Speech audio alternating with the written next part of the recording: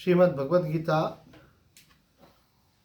षष्ठम अध्याय अर्थात छठवां अध्याय श्लोक संख्या 1 का कल हमने मनन किया था, जिसमें भगवान श्री कृष्ण ने प्रधानता से ये बात कही थी कि वह व्यक्ति भी एक अर्थ में सन्यासी है, योगी है, जो अपने कर्म को करते हुए किसी फल की आकांक्षा नहीं करता। ज्ञेय सनित्य सन्यासी यो न द्वेष्टि न कांक्षिति। आकांक्षा होने पर ही मनुष्य के मन में आकांक्षा की पूर्ति में जो बाधा डालता है उसके प्रति द्वेष भाव होने लगता है। इसलिए इसमें मूल कारण तो आकांक्षा ही है। भगवान बोलते हैं कि आप सेवा समझ करके, आप भगवान के द्वारा दिया हुआ कर्तव्य समझ करके कर्म करते हैं। और जैसे आप किसी मंदिर में जाते हैं तो मंदिर में आपको प्रसाद में चाहे चने चिरौंजी मिले, चाहे ड्राई फ्रूट मिले, चाहे हलवा मिले, आप उसको बड़े सम्मान से स्वीकार करते हैं। और एक अगर चिरौंजी का दाना भी गिर जाए तो उसको उठा लेते हैं, भाई प्रसाद है ये।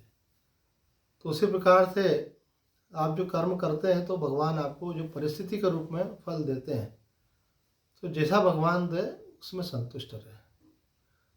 भगवान ने कहा कि मेरे जो भक्त हैं वो मुझे प्रिय होते हैं, पर कैसे भक्त? तो 12वें अध्याय में भगवान ने जो लक्षण बताए उसमें एक लक्षण बताया, संतुष्टो ये न कहना चाहिए।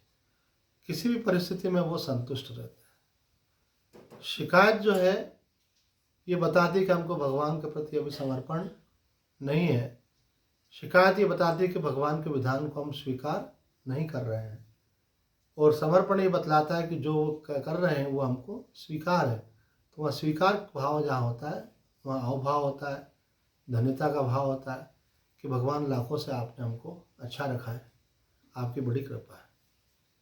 हमारा पूज्य स्वामी जी का तो इस बात के ऊपर जोर था कि केवल एक बात अपने जीवन में आप धारण कर लें तो आपका बहुत बड़ा कल्याण हो सकता है। वो क्या कि एक थाट आपके अंदर बहुत गहराई से बैठ जाना चाहिए, उसके साथ उसका भाव बैठ जाए, उसकी अनुभूति बैठ जाए। वो क्या कि हर परिस्थिति में ऐसा महसूस करें भगवान आपकी बड़ी कृपा है। वास्तव में भक्त उसी को बोलते हैं। कुछ लोग समझते हैं भक्त वो हैं जो पूजा करते हैं, जो पाठ करते हैं, जप करते हैं, तप करते हैं। तो ये सब तो साधन है कहाँ तक पहुँचने का? वास्तविक भक्ति तक पहुँचने का। वास्तविक भक्ति क्या है? भगवान से सब प्रेम होकर उनके प्रति हमारा समर्पण रहना, और हम भगवान के विधान को प्रसन्नतापूर्वक स्वीकार करें, क्योंकि भगवान सर्वसमर्थ हैं, सब कुछ कर सकते हैं, पर फिर भी हमारे लिए जो उचित है वो हमको प्रदान करते हैं। इसलिए जीवन में शिकायत नहीं हो बल्कि अहोभाव हो कि भगवान तेरी बड़ी कृपा है। तो भगवान भी प्रसन्न होता है उससे और हमारे मन को भी शांति मिलती है।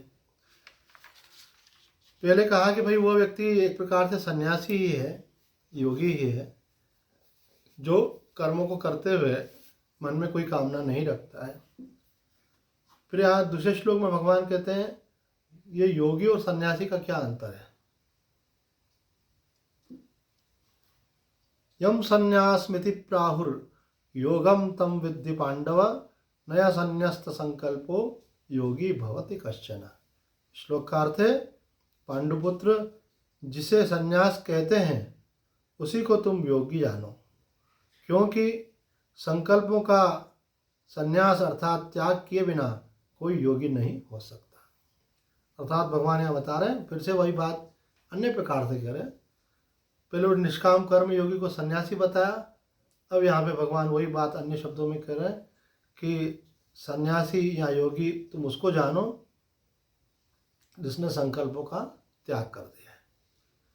इसके अर्थ पर विचार करेंगे तो आदि शंकराचार्य जी महाराज कहते हैं जो परमार्थ रूप संन्यास है, अर्थात जो निवृत्ति, संसार के सब कर्मों से निवृत्त होकर के जो परमार्थ रूप संन्यास है, वह सब कर्म साधनों का त्याग कर चुकता है।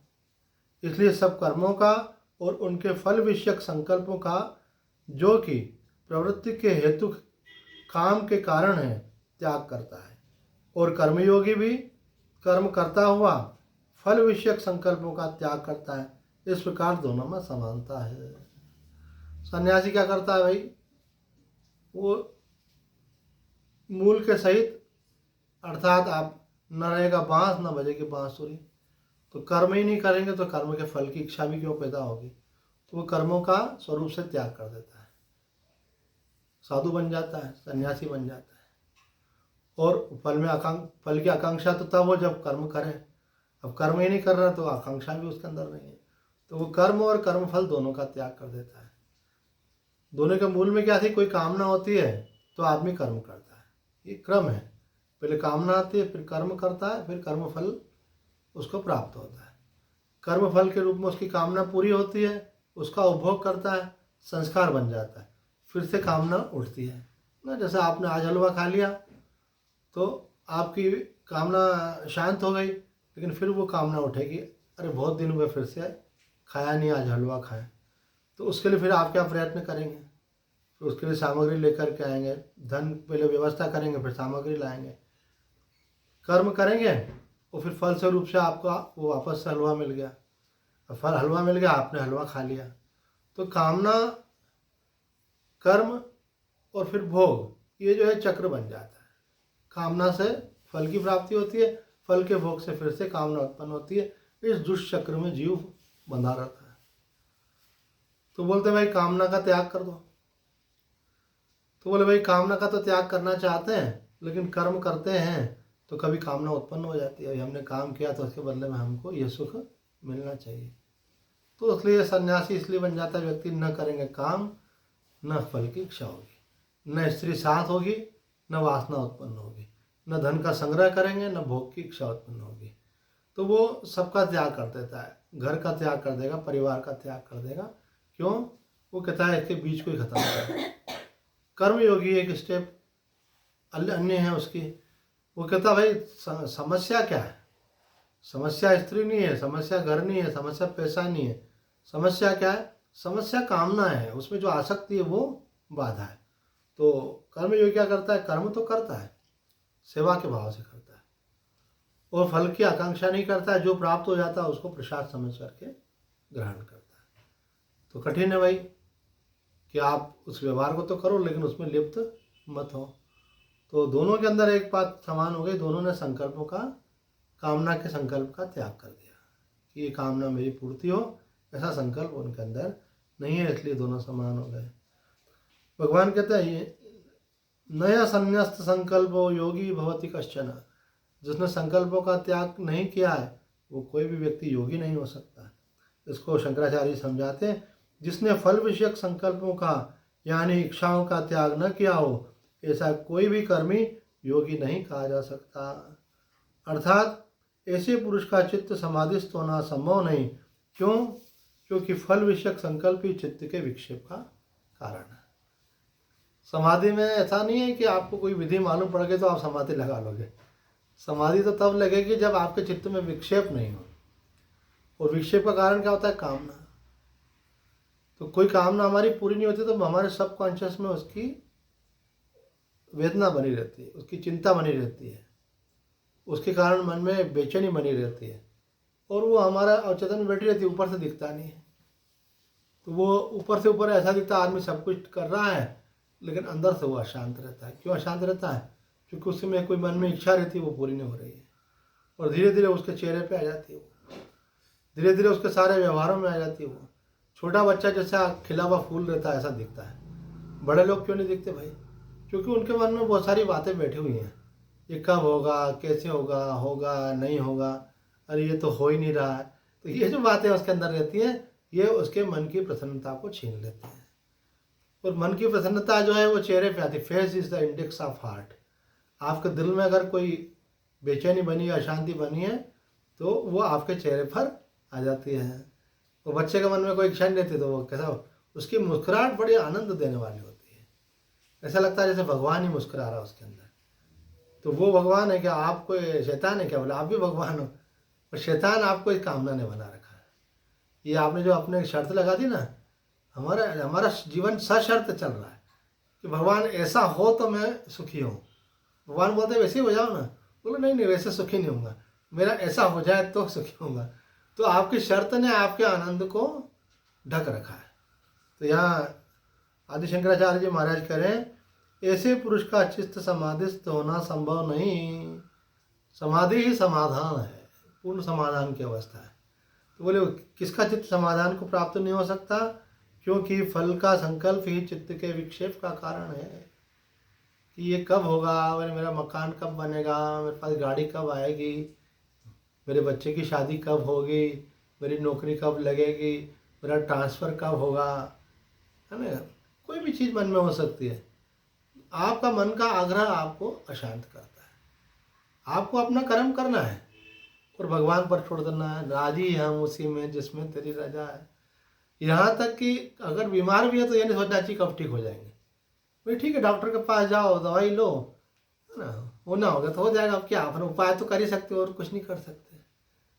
भगवान से प्रार्थना भी नहीं करना चाहिए, तो भगवान को पहले ही मालूम है सब। अपना कर्म करना चाहिए। हमारे पूज्य स्वामी जी कहते थे कि ये बात केवल व्यवहार पे लागू नहीं होती है, ये हमारे साधना पर भी लागू होती है। हमको साधना करने में ये नहीं सोचना चाहिए भगवान कब मिलेंगे, है ना, समाधि कब लगेगी। तो आदि शंकराचार्य जी कहते हैं ये भी एक प्रकार की कामना है। समस्त कामनाओं को त्याग दो। आप यहाँ और अभी मुक्ति हो। जिसके अंदर कोई इच्छा नहीं है, जीते जी वह मुक्त ही है। पहले भी ये श्लोक आ चुका है कि जिसमें कामना नहीं वो जीते जी मुक्त ही है। उड़िया बाबा जी देखो श्लोक की व्याख्या करते हुए कहते हैं संकल्प त्याग के लिए विवेक की आवश्यकता होती है। जो कि विवेकवान व्यक्ति समझता है कि संकल्प केवल दुख देने के लिए होता है ना। संसार में दो तरह के लोग होते हैं। एक लोग वो होते हैं जो आपको सताने के लिए ही होते हैं, वो कोई पुराना पाप कर्म होता है आपका, वो काटने के लिए मिलते हैं आपको। और कुछ लोग ऐसे मिलते हैं जो आपको सुख देने के लिए होते हैं। तो अब ये संकल्प क्या है? ये बाहर की सृष्टि तो बाद में होती है। आदि शंकराचार्य जी बोलते हैं बाहर की चीज़ें बाद में, पहले अंदर की चीज़ें। आपका मन ही आपको सुख देता है, आपका मन ही आपको दुख देता है। आपका मन ही किसी को शत्रु मानता है, किसी को मित्र मानता है। तो कह रहे हैं यहाँ पर कि जो विवेकी होता है वो जानता है कि संकल्प केवल दुख देने के लिए ही होता है, अशांति के लिए ही होता है। आपने बोला कि मेरे मन में तो एक संकल्प है, मुझे ये बनना है, मुझे ये पाना है, मेरा ऐसा होना चाहिए। तो इसका मतलब क्या हुआ? आपका मन आपका दुश्मन बन गया। अब वो आपको चैन नहीं लेने देगा। तो बोले कोई महत्वाकांक्षा मत रखो, आप अपना कर्तव्य जो है पूरी ऊर्जा के साथ करो। भगवान ने मुझे ये कर्म दिया, मुझे ये करना है। वो चाहे आपकी उपासना हो, चाहे वो आपका विद्या अध्ययन हो, चाहे वो कोई आपका व्यवहार की दृष्टि से कोई कर्म क्षेत्र हो आपका, उसको ऑनेस्टली कीजिए। भगवान उसको देख रहे हैं। वो आप प्रसन्नता से और भक्ति भाव से आप उसको कीजिए कि भगवान ने सेवा दी। तो यहाँ पे उड़िया बाबा जी कहते हैं कि संकल्प के त्याग के लिए विवेक की आवश्यकता है।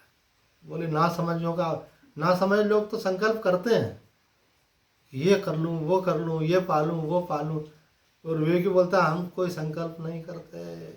बोले आपका क्या मिशन है? बोले कोई मिशन नहीं है, यही मिशन है हमारा। बोले क्या इच्छा है? बोले कोई इच्छा नहीं है, यही इच्छा है। तो वो अपने मन में ये ऐसी चीज़ों को बना के नहीं रखते। कई लोगों को लगता है इसके बिना जीवन कैसे चलेगा। वास्तव में जीवन इसी में है। वो जीवन जो है वो विकृत हो जाता है कामनाओं से। तो जिसको कोई कामना नहीं होती बहुत आनंद में रहता है। कई बार लोग हमको भी प्लान बनाते हैं, स्वामी जी ऐसा होना चाहिए, ऐसा प्रचार होना चाहिए, ऐसा बड़ा आश्रम होना चाहिए, आप वहाँ करेंगे तो ऐसा माहौल बनेगा। मैंने बोला आपको एक बात समझ में आती है कि हम अपने आप में संतुष्ट रहते हैं, इससे बड़ी कोई चीज़ नहीं है। न भीड़ इकट्ठी करने में संतोष मिलेगा, न बहुत प्रचार करने में, न बड़ा आश्रम बनाने में। मैंने कहा वो जो माता रानी की योजना होती है वो सब अपने आप होता है। और जहाँ हमें वहाँ पूर्ण संतुष्ट हैं। हम ये भी वेट नहीं कर रहे हैं माता रानी कब चाहेगी, क्या चाहेगी। वेट करने का मतलब है कहीं सूक्ष्म में संकल्प है। तो कोई संकल्प मत रखो, बस अपना कर्म करते जाओ और जहाँ हो वहाँ राजी रहो। राजी रहना भगवान की भक्ति है। आपको आनंद को पोस्टपोन मत करो।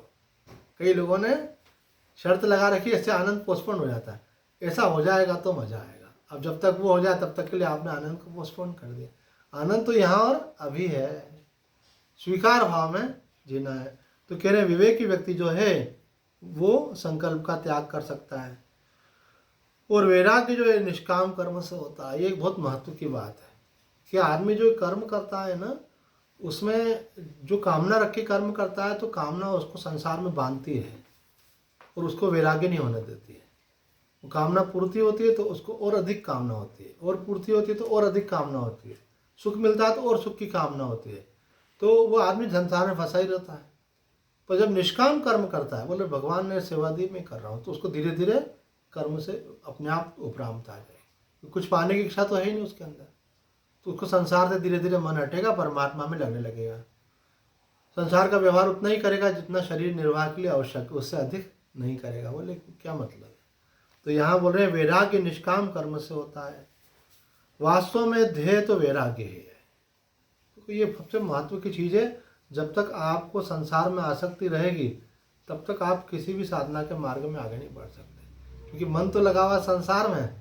मानो आप यहाँ बैठ जाओ और आपका चिंतन चल रहा है घर का, तो क्या आप सत्संग का लाभ ले पाएंगे?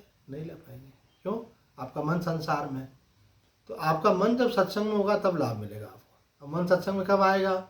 साधना में कब आएगा? सेवा में कब आएगा? कि जहाँ पहले था वहाँ से हटे, मतलब वहाँ पे राग नहीं है आपका, विगत राग, आसक्ति से रहित हो। ध्यान क्यों नहीं लगता? भाई ध्यान तो लगता ही है, कहीं ना कहीं तो जा रहा है आपका, तो जहाँ आसक्ति होती है वहाँ चला जाता है। तो होना क्या चाहिए? ध्यान आपका परमात्मा में लगे, उसके लिए जहाँ था वहाँ से हटे, तो वहाँ आसक्ति नहीं होगी तो यहाँ लगेगा। तो यहाँ कह रहे हैं कि वैराग्य हुए बिना ध्येय की प्राप्ति नहीं होती। विषय से वैराग्य हुए बिना गृहस्थ या विरक्त किसी का भी साधन पथ में प्रवेश नहीं हो सकता। बढ़िया बाबा जी कह रहे हैं कि साधना के मार्ग में आपका तब तक प्रवेश नहीं हो सकता जब तक कि आपको वैराग्य नहीं है, चाहे आप गृहस्थ हो और चाहे विरक्त हो, दोनों में ये बात लागू होती है। आगे कहते हैं सकाम कर्म से न तो किसी को शांति हुई है न होगी। इसको गोल्डन लेटर में लिख लेना चाहिए कि मन में कामना रख करके अगर आप संसार में लगे हुए हैं तो उससे आज तक किसी को शांति न मिली है न मिलेगी। और हम क्या चाहते हैं? हम चाहते हैं हमको शांति हो। अशांतस्य कुतः सुखम। 56 भोग भी आपके सामने रखे हुए हों और मन अशांत है तो उसमें खाने में रस नहीं आएगा, और मन शांत है तो दाल रोटी में भी आपको रस आएगा। तो संसार का सुख कौन ले पाता है? जिसका मन शांत रहता है। तो शांत कौन रह सकता है? तो बाबा यहाँ बतला रहे हैं जब तक आपके मन में कोई कामना है तब तक आपको शांति नहीं मिल सकती। कई लोग बोलते स्वामी जी शांति नहीं मिल रही है। तो शांति तो आपने, भगवान ने तो दिया। आप सुबह उठते हैं तो शांत रहते हो। आप देखो हर व्यक्ति जब आराम करके उठता है बड़ा शांत रहता है, फिर वो जैसे ही उसका मन कामना से युक्त होता है फिर अशांत हो जाता है। ये कब होगा, कैसे होगा, होगा नहीं होगा, अशांत हो जाता है। अगर आप संकल्प नहीं करो तो शांति हो। विकृति हम लाते हैं, शांति भगवान देते हैं। हमको कुछ नहीं करना पड़ता, हम सो जाते हैं, शांत हो जाते हैं। उठते हैं फिर हम अपने संकल्पों से अपने को अशांत करते हैं। तो यहाँ बाबा ने एक बात कही है जो विशेष रूप से ध्यान देने होंगे, सकाम कर्म से न तो किसी को आज तक शांति मिली है और न कभी मिलेगी। इसलिए क्या करना चाहिए? कामनाओं का, संकल्पों का परित्याग कर देना चाहिए। भगवान यहाँ कह रहे हैं यम संन्यास स्मृति प्राहुर योगम तम विद्धि पांडव, कि हे पांडव, हे धनंजय, हे अर्जुन, जिसको हम संन्यास कहते हैं वो योग ही है। तो इसकी व्याख्या करते हुए मधुसूदन सरस्वती कहते हैं संन्यास ही उत्कृष्ट है। हमारे उपनिषदों में कहा गया है कि संन्यास ही उत्कृष्ट है, अर्थात संन्यास बहुत श्रेष्ठ है। और ये भी कहा है कि सन्यासी लोग पुत्रेष्णा, वित्तेष्णा और लोकेष्णा से निवृत्त होकर भिक्षाचर्या करते हैं। 3 प्रकार की इच्छाएं होती हैं, उनका त्याग करने से वास्तव में संन्यास कहलाता है। कौन कौन सी? तो एक तो यहाँ पे बताई है पुत्रेष्णा, मतलब काम वासना का परित्याग कर देना। संन्यास मतलब क्या है? काम वासना का परित्याग कर दिया। वो भी संकल्प है, ये सुख मुझे मिले, आपने मन से त्याग कर दिया तो एक तरफ से आपका मन हट गया। दूसरा वित्तेष्णा, इसको बोलते लोभ। आप कर्म कर रहे हो लेकिन आपका मन धन के लोभ में पड़ा हुआ है, अथवा कर्म नहीं कर रहे हो, बैठे हो लेकिन धन के लोभ में पड़ा हुआ है। तो जो आपको प्राप्ति की आकांक्षा है उसको लोभ कहता है कि मिल जाए मुझे, और जो प्राप्त है उसको खर्च नहीं कर पाना भी लोभ कहते हैं। कई लोग बोलते हैं हमको तो इच्छा नहीं है क्योंकि बहुत सारा मिल गया मानो, लेकिन जो आपके पास है वो आप खर्च कर पाते हो क्या? तो आपके पास कोई नीडी व्यक्ति आता है, कोई दुखी व्यक्ति आता है, कोई साधु संत आता है, आप उसकी सेवा कर पाते हो क्या? नहीं कर पाते हो। इसका मतलब क्या है कि जो आपके पास है उसको आपने पकड़ लिया है, फिर मौत आएगी तो क्या करेगी? वो सब छुड़ा लेगी। फिर तकलीफ हो गया। तो उसको बोलते हैं वित्तेष्णा। वित्त मतलब धन। धन की तृष्णा जो है और अधिक की लालसा पैदा करती है, और जो प्राप्त है अपने पास उसको खर्च नहीं करने देती है। बोलते हैं ना, चमड़ी जाए पर दमड़ी न जाए। पटियाल रहेगा, नए कपड़े होंगे अंदर छुपा के रहेगा, पुराने पहनता रहेगा क्यों? हालत इसलिए आती आसक्ति हो गई भैया, अरे कभी काम आए कभी खाएं, सब नई नई चीज़ें संभाल के रखेगा, पुरानी पुरानी वापरता रहेगा, और वो अंदर पड़े पड़े पुरानी हो जाती है एक बार मुरारी बाबू ने बड़ा अच्छा दृष्टांत दिया कि कोई साधक हमारे साथ थे, तो वो रोजाना सेवफल खाते, तो एक सेवफल की पेटी लेके आए वो। तो वो देखते थे कि कौन सा वाला नरम है, वो एक तो देखते अरे इसमें दाग आ गया, ये वाला पहले खा लो। जो दूसरा वाला था तब तक तो वो अभी अच्छा था, दूसरे दिन उसमें दाग आया था, तो बोलता है इस पर दाग आ गया, अब इसको खा लो। तो रोज दागी वाला ही खाते थे। अरे एक दागी निकाल के फेंको तो अच्छा वाला खाना शुरू करो। तो कई लोग ऐसे ही करते रहते हैं, जो पुरानी पुरानी चीज़ें जो वापरते रहेंगे और नई चीज़ों को पुराना करते रहते हैं। तो ऐसे एक कथा आती है कि एक व्यक्ति की पत्नी मर गई, तो एक दिन उसने अलमारी खोली, तो अलमारी में से उसकी नई साड़ी बाहर गिरी एकदम से। तो उसको अपनी पत्नी की बात याद आ गई। बोले मेरी पत्नी ने ये साड़ी बहुत इच्छा करके खरीदी थी, बहुत महंगी थी, और सोचा था इसके साथ ये वाली ज्वेलरी पहनूंगी, वो ज्वेलरी भी रख दी और ये साड़ी भी रख दी कि मौका आएगा तब पहनूंगी। वो मौका आया नहीं और वो चली गई।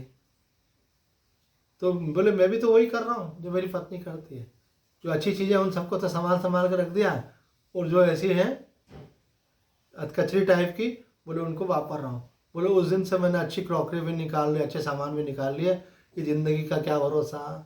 फिर वो अच्छी वाली क्रॉकरी, अच्छी वाली साड़ी, अच्छे वाले गहने पहनने के लिए फिर से आना पड़ेगा फिर उसके लिए आओगे तो ये वाले नहीं मिलेंगे, ये तो किसी और के हो जाएंगे, फिर आपको उसके लिए फिर से कमाना पड़ेगा, तो काम ना रह जाएगी। तो इसलिए जीवन को अच्छे से जीना चाहिए। इसका ये मतलब ये नहीं कि भोग करने की वासना होना चाहिए, पर जो प्राप्त है उसका उपयोग करना चाहिए, उसको खर्च करना चाहिए, उसको सेवा में लगाना चाहिए। जो ऐसा नहीं कर पाता इसका मतलब क्या है, उसके अंदर वित्तेष्णा है। और तीसरी तृष्णा बताई यहाँ पे लोकेष्णा, ये सबसे खतरनाक होती है इन दोनों से भी ज़्यादा। कहते हैं ज्ञानी जो है पुत्रेष्णा और वित्तेष्णा का त्याग कर देता है, मतलब सन्यासी, लेकिन उसके अंदर भी लोग मान सम्मान करते हैं उसके त्याग का, तपस्या का, विवेक का। तो उसके अंदर भी ऐसा आ जाता है कि लोग मेरी कितनी प्रशंसा करते हैं, वो प्रशंसा ही मानो उसका भोजन बन जाता है। ये क्या है? लोकेष्णा। लोग मुझे जाने माने पूजें, ये लोकेष्णा कहलाती है। स्वयं के प्रति श्रेष्ठता का भाव लोकेष्णा कहलाती है। तो जो विवेकवान होता है वो बोलता है मुझे कोई किसी की पूज्यता की, किसी के नमस्ते की, किसी के राम राम की, किसी की प्रशंसा की, किसी की भेंट पूजा की मुझे कोई अपेक्षा नहीं है, मुझे धन की भी अपेक्षा नहीं है, मुझे कोई वासना के भोग की अपेक्षा भी नहीं है। मैं इन सब का मन से परित्याग करता हूँ, मुझे तो केवल भगवत सुख ही चाहिए। आपको से मुझे भगवत सुख सुबह शाम मिल जाए और बाकी समय संसार का सुख मिले, ये अगर सोचेंगे तो आपको भगवान का सुख भी नहीं मिल सकता। क्यों? जब तक ये सुख की लालसा रहती है, वो बताया ना, जिसको वैराग्य नहीं होता उस व्यक्ति की इस मार्ग में गति नहीं होती है। तो जिसको संसार का सुख लेना है तो भगवान में गति कैसे होगी? किसी पथ में उसकी उन्नति नहीं हो सकती। तो यहाँ उड़िया बाबा जी कह रहे हैं कि जो ये मधुसूदन सरस्वती जी कि जो सन्यासी होता है वो उत्कृष्ट है, क्योंकि वो तीनों तृष्णाओं का त्याग कर देता है। किसने कहा है? बोले ये श्रुतियों ने कहा है। इत्यादि श्रुतियाँ जिस संपूर्ण कर्म और उनके फल के परित्याग को संन्यास कहती हैं। संन्यास किसे कहती है? कि आपने कर्म और कर्म के फल का, अर्थात फल की आकांक्षा का परित्याग कर दिया। उस संन्यास को तुम फल की तृष्णा और कर्तृत्व अभिमान के परित्याग पूर्वक विहित कर्मों का अनुष्ठान रूप योग समझो। अब देखो, संन्यास के साथ फिर उन्होंने कहा जो सन्यासी है वही योगी है। तो बोले योगी भी अगर कामना का परित्याग कर देता है और कर्तृत्व अभिमान की मैं करने वाला हूँ, इस अभिमान का परित्याग कर देता है, तो वह योगी भी सन्यासी है। सन्यासी के लिए कितना टफ बताया, सब कुछ छोड़ दिया वो सन्यासी। तो बोलते हैं जो कर्म करते हुए भी जिसने कामना का परित्याग कर दिया और मैं कर रहा हूँ ऐसे अभिमान का परित्याग कर दिया, वह योगी भी सन्यासी है, अर्थात निष्काम कर्म योगी भी सन्यासी है। अब स्वामी जी ने यहाँ पे कहा है कि देखो, एक तो निवृत्ति का मार्ग है सांख्य योग, एक जो है प्रवृत्ति का मार्ग है कर्म योग, दोनों ही साधन अलग अलग होने पर भी संकल्पों के त्याग में दोनों एक हैं। सन्यासी क्या करता है? कामना और कर्म दोनों का त्याग कर देता है। योगी क्या करता है? योगी जो है कामना का परित्याग कर देता है। मतलब दोनों ने ही त्याग किया, किसका? संकल्प का। इसलिए दोनों एक ही हैं। जब तक मनुष्य के अंतःकरण में संसार की सत्ता, महत्ता और अपनापन है, तब तक वह संकल्पों का त्याग नहीं कर सकता। पहले आचार्य ने बताया भाई संकल्प का त्याग तो करना पड़ेगा आपको, तब तक शांति नहीं मिलेगी। अब ये बोले संकल्प होते क्यों हैं, उनका त्याग कैसे हो सकता है? तो महाराज जी बतला रहे हैं, जब तक आप संसार की सत्ता मानोगे कि ये सत्य है और उसको महत्वपूर्ण मानोगे और उसको अपना मानोगे, तो संकल्प का त्याग कैसे होगा? संसार की वास्तविक सत्ता नहीं है। देखो गहरी निद्रा में कहाँ रहता है ना? ये तो आपने माना हुआ है, विचार होल्ड कर रखे, इस कारण से टिका हुआ दिख रहा है आपको। इसकी वास्तविक सत्ता तो परमात्मा की, उसमें जगत की प्रतीति मात्र है। जैसे सत्ता तो सोने की है, गहना उसमें प्रतीति मात्र है। सत्ता तो जल की है, लहर उसमें प्रतीति मात्र है। इसी प्रकार सत्ता तो परमात्मा की है, उसमें जगत केवल प्रतीति मात्र दिख रहा है। सत्ता होती है बेसन की, और उससे आपने भजिए बना। अब भजिए में कोई ऊँट दिख रहा है, कोई हाथी दिख रहा है, कोई घोड़ा दिख रहा है, तो हाथी और घोड़ा ऊँट कुछ भी नहीं है वहाँ पे। सत्ता तो वहाँ बेसन की है, आपने मान्यता कर ली। इसी प्रकार से यहाँ जो कुछ भी दिख रहा है वासुदेव सर्वम, एक परमात्मा ही है, लेकिन उनकी माया है, अनेक रूप रूपाएं होकर के दिख रही है। जैसे शक्कर के खिलौने बहुत सारे अलग अलग दिखते हैं, लेकिन होता तो शक्कर ही है। तो ये बता रहे हैं यहाँ पे कि परमात्मा की वास्तव में सत्ता है और संसार की सत्ता है ही नहीं। पर जब आप उसकी सत्ता मान लेते हो कि हर वस्तु की, व्यक्ति की, परिस्थिति की, फिर उसमें महत्ता आ जाती है, ये महत्वपूर्ण है। फिर उसमें अपनापन आ जाता है कि ये मेरे लिए है, मुझे चाहिए, अथवा आपको मिल गया तो उसको आप पकड़ के रखना चाहते हैं। तो संकल्प कैसे छूटेगा? आपको ये निश्चय करना पड़ेगा कि संसार झूठा है, न कोई लेकर के आया, न कोई लेकर के जाएगा। शरीर के साथ संसार खत्म हो जाने वाला है। तो जब उसके प्रति महत्व बुद्धि हट जाएगी आपकी, तभी संकल्पों का त्याग आप कर सकेंगे।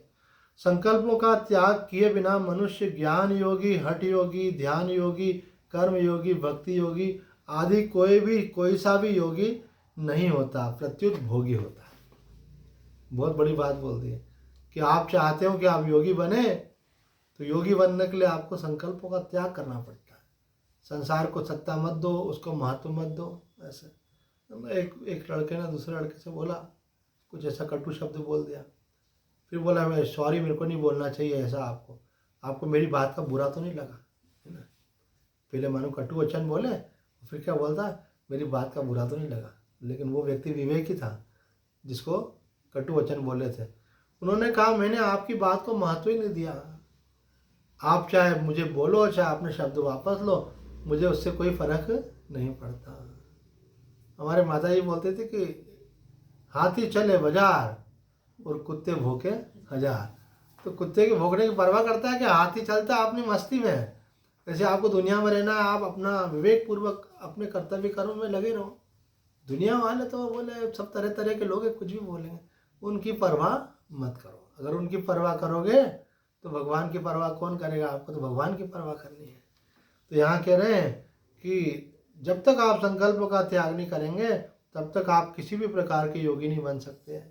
बोले ज्ञान योगी, बोले नहीं बन सकते। बोले हठ योगी नहीं, ध्यान योगी, कर्म योगी, भक्ति योगी।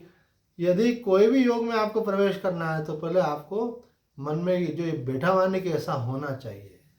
ये आदमी के मन में कामना आने से दिन हो जाता है। आप देख रहे ना, कोई जब आप किसी से कुछ मांगने जाते हो तो आपका चेहरा कैसा हो जाता है। एक स्वामी जी ने बताया कि एक भगत जी को हमने देखा, भगवान श्री राम के मंदिर से निकल रहे थे। तो जब निकल रहे थे उनका चेहरा ऐसा बना हुआ था। उन्होंने बोला ऐसा चेहरा क्यों बना हुआ है, कहाँ से आ रहे हो? बोले मंदिर से आ। अगर मंदिर में जाने से ऐसा चेहरा बनता है तो मंदिर मत जाया करो। बोला नहीं, मंदिर में जाने से ऐसा नहीं बनता है, मैं तो बड़ा फ्रेश गया था, पर भगवान को देख करके मेरे को अपनी वो जो रुकी हुई इच्छा है वो याद आ गई। तो मैंने भगवान के सामने कहा, भगवान प्लीज़ कब होगा, कैसे होगा, प्लीज़ करो करो। तो अभी मैं उधर से निकला ही था, इतना में आप दिख गए। तो उन्होंने कहा कि भगवान ने तुमको दिन नहीं बनाया, तुम्हारी कामना ने तुमको दिन बनाया। कामना का परित्याग कर दो, भगवान पर छोड़ दो। कोई चिंता भी है तो भगवान पर छोड़ दो, भगवान अभी आपका काम है। तो कई लोग बोलते हैं भगवान पे क्यों बोझ डालें, है ना, अपनी चिंता अपने ऊपर ही रखें। तो ये तो ऐसे हो गया कोई ट्रेन में चढ़ गया और सामान अपने कंधे पर रखा हुआ, बोले हम ट्रेन पे वजन क्यों डालें। अरे आपका वजन भगवान के ऊपर ऑलरेडी है, क्योंकि सारी सत्ता उन्हीं की है, उसमें आप प्रतीति मात्र हो। तो यहाँ कह रहे हैं कि आपको अगर योगी बनना है तो निश्चित रूप से संकल्प का त्याग करना पड़ेगा, और अगर उसका त्याग नहीं करते तो आप भले कोई भी योग करते हो आप भोगी ही कहलाओगे। स्वामी जी ने यहाँ विस्तार करते हुए कहा है तात्पर्य क्या निकलता है इस श्लोक का। इस श्लोक का तात्पर्य निकलता है जब तक असत पदार्थों के साथ किंचन मात्र भी संबंध रहेगा, अर्थात अपने आप को कुछ न कुछ मानेगा, तब तक मनुष्य कोई सा भी योगी नहीं हो सकता। ये जो संसार के पदार्थ हैं, परिस्थितियां हैं, जो व्यक्ति हैं, उनके साथ जो हमने संबंध मान रखा है कि ये मेरे हैं और मैं इनका हूँ, ये आपके लिए सबसे खतरनाक चीज़ है। संसार में आपका कुछ भी नहीं है और न कुछ हो सकता है, केवल भगवान ही आपके हैं। ये तो एक संबंध मिले हैं अपना पुराना हिसाब किताब पूरा करने के लिए, वो आप अपनी सेवा करो और आगे बढ़ो। सुख भोगने के लिए नहीं मिला है बल्कि सेवा करने के लिए मिला है। अगर कोई व्यक्ति मानो इंदौर में रहता है और यहाँ से दिल्ली जाना चाहता है तो कैसे जाएगा। कुछ लोगों का उसको लेना लिखा है, कुछ लोगों का देना लिखा है। जिसको देना लिखा उनको दे देगा तो वो मज़े से जा सकता है, और जिन लोगों का उससे लेना लिखा है और अगर उनको दिया नहीं उसने, चला जाएगा तो वो पकड़ के लाएंगे, भाई कहाँ चले गए। तो इसलिए हमारा जीवन जो है सेवा करने के लिए है, सुख लेने के लिए नहीं है। वो तो अपने आप जो देने वाले कहीं भी ढूंढ करके आपको देंगे, आपका कर्तव्य है सेवा करना। तो यहाँ स्वामी जी कह रहे हैं कि आप जब तक संसार को अपना मानोगे कि ये संसार में ये वस्तु मेरी है, ये व्यक्ति मेरा है, ये धन मेरा है, मकान मेरा है, तो फिर भगवान में मेरापन नहीं आएगा। वजह है ना, गोविंद मेरो है गोपाल मेरो है। तो भगवान से मेरापन होना चाहिए। भगवान से मेरापन होने के लिए कोई दिक्कत नहीं है, क्योंकि वो तो अपने हैं ही। उसमें बाधा क्या है, संसार को मेरा मान लिया है।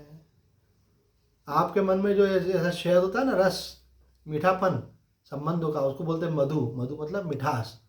तो भगवान का क्या नाम है, मधुसूदन। श्री कृष्ण का क्या नाम है, मधुसूदन। बोले इस मिठास का नाश करने वाले वो इसके शत्रु हैं, क्योंकि उनको ये मोह पसंद नहीं है। प्रेम तो सबसे होता है और मोह किसी किसी से होता है, और जब संसार से मोह होता है तो भगवान से प्रेम नहीं हो सकता। भगवान से अगर आप प्रेम करोगे तो आपके अंदर जो मोह है वो धीरे धीरे मिटता चला जाएगा। तो बोले जब तक संसार के साथ अपनापन है, किंचन मात्र भी संबंध रहेगा, अर्थात अपने आप को कुछ न कुछ मानने लग जाएगा कि मैं इसका भाई हूँ, मैं इसका पिता हूँ, मैं इसका मालिक हूँ, मैं इसका स्वामी हूँ। तो बोले जब कुछ मानने लगेगा तब तक मनुष्य कोई सा भी योगी नहीं हो सकता। अर्थात असत पदार्थों के साथ संबंध रखते हुए वह कितना भी अभ्यास कर ले, मान रहा है संसार की चीज़ों को मेरा, और उसके साथ में वो कितना ही अभ्यास क्यों न कर ले, कितनी समाधि क्यों न लगाए, गिरी कंदराओं में चला जाए, मतलब पहाड़ों पे चला जाए, गुफाओं में चला जाए, तो भी गीता के सिद्धांत के अनुसार वह योगी नहीं कहा जा सकता। पकड़ रखा है संसार को और याद कर रहा है परमात्मा को। संसार तो छोड़ नहीं रहा है, संसार छोड़ेगा नहीं तो परमात्मा मिलेगा कैसे। संसार को पकड़ने का मतलब ये नहीं होता कि मुट्ठी में पकड़ता है, मन से पकड़ता है। मन में एक व्यक्ति घर छोड़ के चला गया हरिद्वार, महात्मा ने बताया, आश्रम में आके रहा, आश्रम में रहा, जब वो बीमार हो गया बहुत, तो उसका जो कुछ वहाँ से लेके आया था, बहुत कुछ चीज़ उसके अलमारी में रखी थी, तो बेहोश हो गया। तो जैसे उसको होश आया, बोले मेरे चाबी कहाँ है, मेरी चाबी कहाँ है। अरे बताओ, तुम बोले घर छोड़ कर के आए, अपनी सुरक्षा के लिए थोड़ा सा धन लेके आए, लेकिन धन में कितनी आसक्ति हो गई, आखिरी में आपको ये याद आ रहा है मेरी चाबी कहाँ है। फिर उनको हॉस्पिटल ले गए, बीमार हो गए।